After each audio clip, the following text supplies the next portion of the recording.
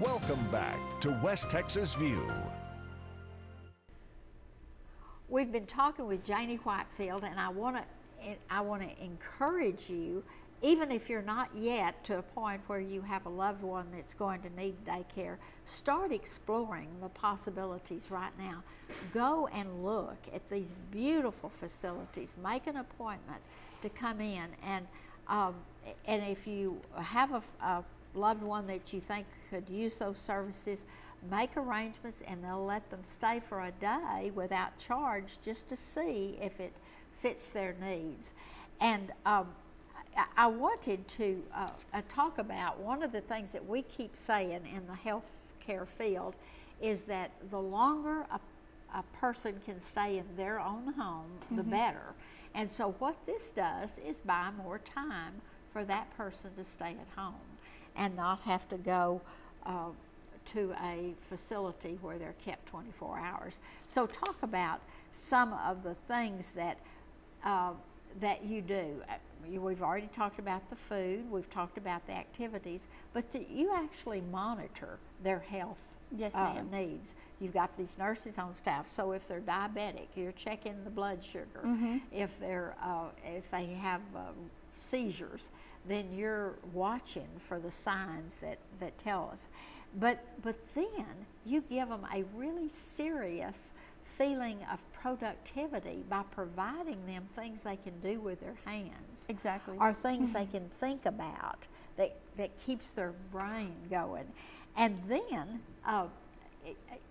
the thing that I find so interesting is this might be on an individual basis or a collective basis.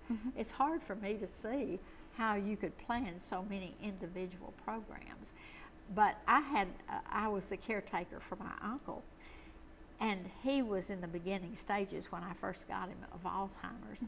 And what they did was to find out that he had been a naval officer and then had come into the accounting field. And so he had worked with numbers all of his life. And so they said this will still be the thing, that even as his mind and memory fades, he will still have these numbers before him because that was so important to him. And so they did things like play dominoes with him, or they gave him almost like little miniature math lessons to do. And he had more fun. And even after he couldn't remember my name, he was still looking forward to going there. So I have a real testimony to give about the quality of this thing. I also want to talk a little bit about, and you've mentioned that this allows a respite for the caregiver, so it helps them to reestablish connections at home that sometimes gets trampled on when your immediate problem or the most urgent problem is taking care of this individual that has so many needs. And so this gives a little respite for that.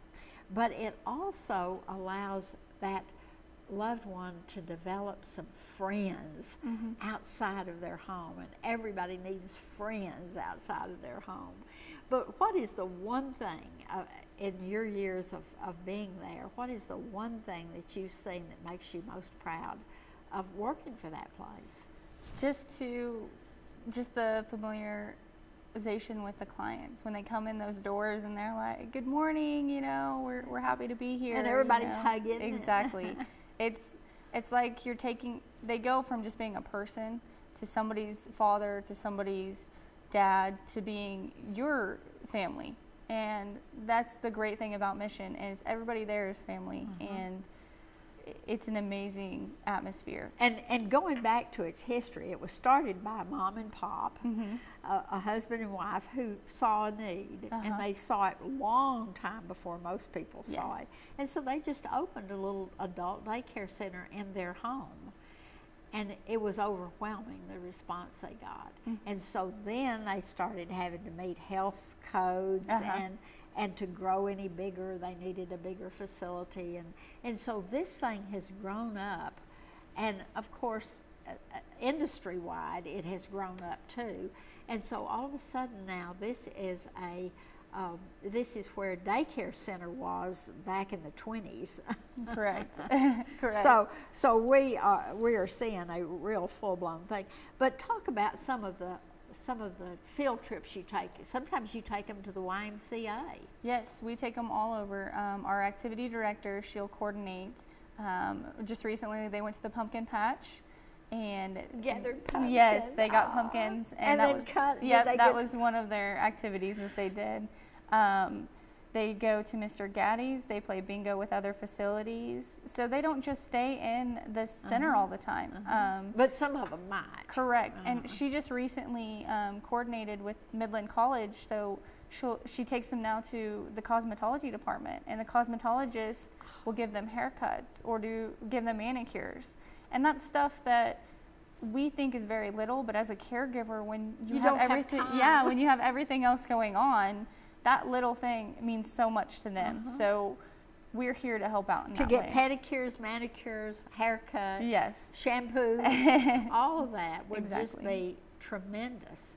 And so do you have a day of the week? So if I came and I said, I want to bring my loved one 2 days a week, and you said, well, you might want to bring them on such and such where we go to the cosmetology school. Yes, we have a calendar first thing up front of our facility, and the activity does it a month out, so that the loved ones can see and use that, and they can even take a copy home and stick it on their fridge and be like, okay, I'd like my dad or my mom or my brother to come this day and this day because of these activities. And you know, we even have, or we had when I was visiting there that time, we had a woman who brought her husband because he had started getting Alzheimer's, but she was still working. He was an early onset, and so she was still working. And so it's you're just meeting all kinds of needs and providing solutions for all kinds of people. Exactly. I want to urge you to take down the number that's rolling across the screen and make sure that you call Jayni and set up an appointment and go in and see about what they could do for your loved one. It's been such a pleasure to have Jayni here. We'll see you next Sunday with another program. Thanks for joining us today. Thanks for joining us for News West 9's West Texas View with Johnny Lou Avery. This has been a public affairs presentation of KWAB TV and KWES TV.